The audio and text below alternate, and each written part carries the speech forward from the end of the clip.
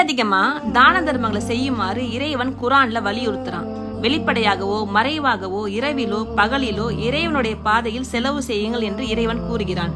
தான தர்மங்களை செய்யறதுனால செல்வங்கள் குறையுமான்னு கேட்டா கண்டிப்பா குறையாது, பன்மடங்கு பெருகதான் செய்யும்.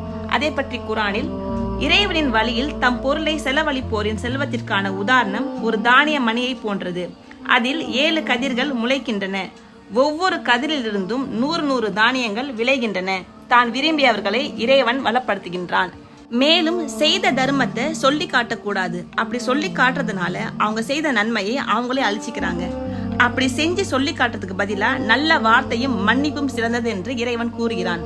தங்கள் செல்வத்தை அல்லாவின் வழியில் செலவழித்த பின் அதை சொல்லி காட்டாமலும் மனதை நோகடிக்காமலும் இருப்போருக்கு அவர்களுடைய இறைவனிடத்தில் கூலி உண்டு. நம்பிக்கையாளர்களே, சொல்லி காட்டியும் மனதை நோகடித்தும் உங்கள் தான தர்மங்களை நாசமாக்கி கொள்ளாதீர்கள்.